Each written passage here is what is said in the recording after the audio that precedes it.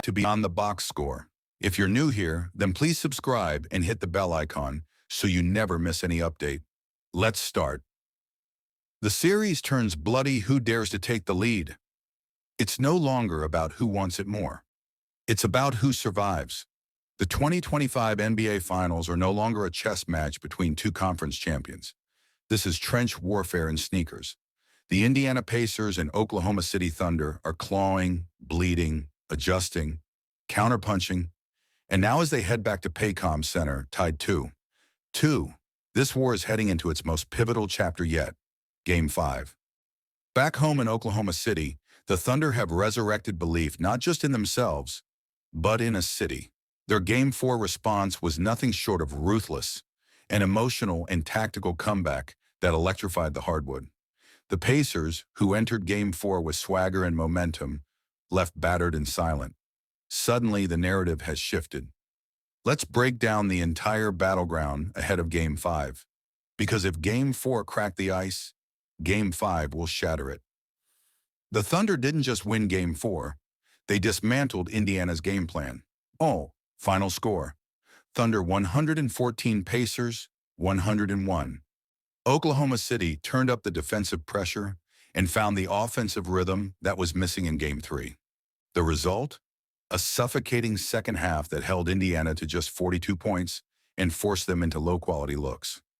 Shai Gilgeous-Alexander was masterful yet again, dropping 34 points, 8 rebounds, and 6 assists, torching switches and blowing through traps with surgical precision. But the MVP of Game 4? Chet Holmgren, the 7-footer, was everywhere, anchoring the paint with 5 blocks, altering countless shots, and even stepping out to bury 2 crucial threes. His presence made Miles Turner rethink every drive, and that disrupted Indiana's spacing. Jalen Williams was the glue. His timely cuts, sharp passes, and defensive instincts held the Pacers' wings in check. The Thunder bench, outscored in the first 3 games of the series, finally found its moment.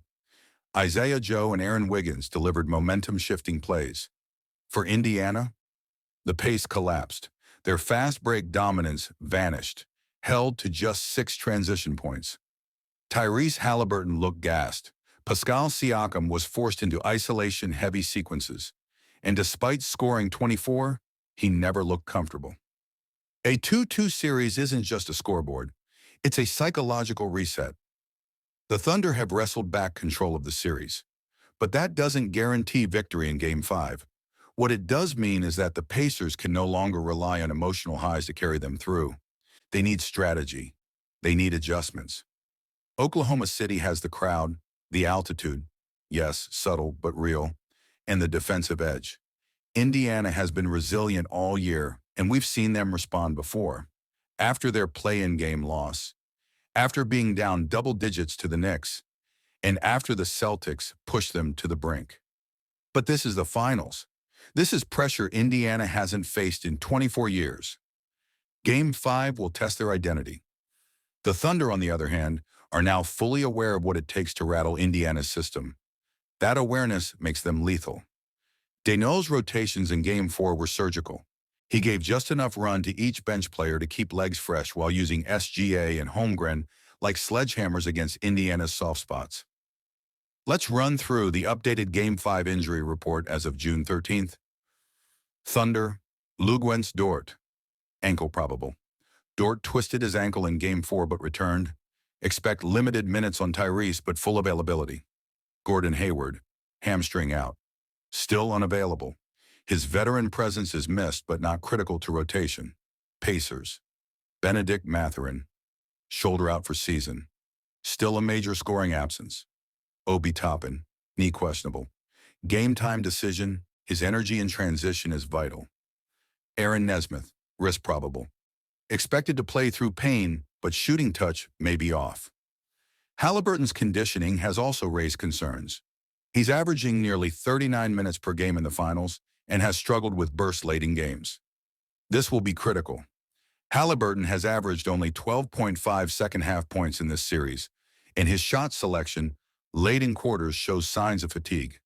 The Thunder will pounce on any sign of slow decision-making. Tactical breakdown, what needs to change? For Indiana, reignite the pace. The Pacers have to get back to their fast break identity. They led the league in transition scoring during the season, but looked bogged down in Game 4. Rick Carlisle must push Haliburton and Nembhard to initiate offense within 5 seconds of crossing half court. Switch defensively less. The Thunder are exploiting Indiana's overuse of switching. SGA is cooking mismatches. The Pacers need to hedge more, recover faster, and force late clock shots. Play Isaiah Jackson. More, with Turner struggling against Holmgren, Isaiah Jackson's rim running and energy could offer a changeup. Siakam in motion. Siakam needs touches on the move, not just post-ups. Getting him in horn sets or dribble handoffs will allow him to attack gaps rather than static defenders. For Oklahoma, Chet's spacing is key. His ability to drag Turner away from the rim is opening backdoor cuts and driving lanes. Keep using Chet as a decoy and sniper. SGA off-ball action. When Shai starts possessions off the ball, it confuses Indiana's scheme. Use pin downs, flares, and ghost screens to free him. Physicality on Haliburton.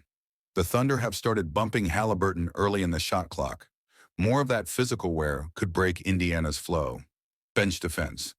OKC's second unit can't just survive. They need to thrive defensively.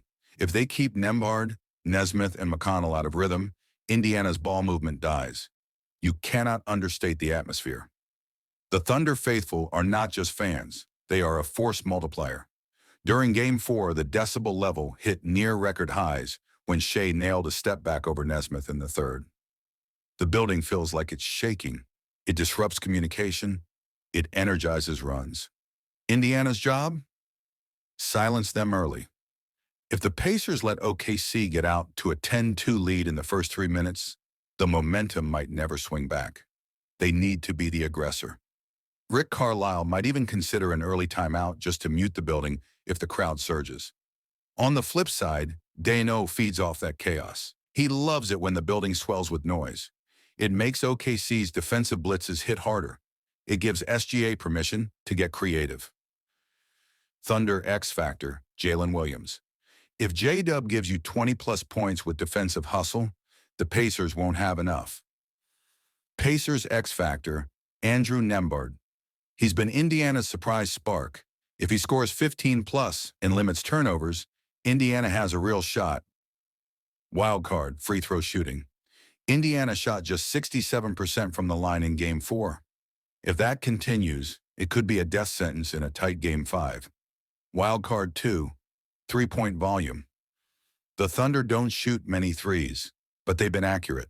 Indiana, meanwhile, has cooled off drastically. Whoever finds rhythm from deep early could dictate spacing for the rest of the game. Wild card 3, legacy pressure. Siakam is playing to prove Toronto's title wasn't a one-off. Haliburton is playing to become the face of a franchise. SGA is trying to validate MVP-level superstardom. That mental pressure could crack one of them or elevate them. This series has swung more than once, but heading into Game 5, the edge leans toward Oklahoma City. Not because of talent, but because of belief. Mark Daigneault has coached circles around Rick Carlisle in late-game sets. The Thunder's adjustments between Games 3 and 4 were near genius. And now, with a roaring crowd behind them, OKC walks into Game 5 with a chance to seize control. But Indiana? They're not dead yet. Haliburton isn't just playing for a title. He's playing for a franchise rebirth. Siakam is playing for legacy. Turner is playing for validation. All roads converge in Game 5. And only one team walks out of that arena with destiny in hand. Stay tuned for Part 2, where we break down player props, betting trends, final predictions, and the scoreline that could define the 2025 NBA Finals.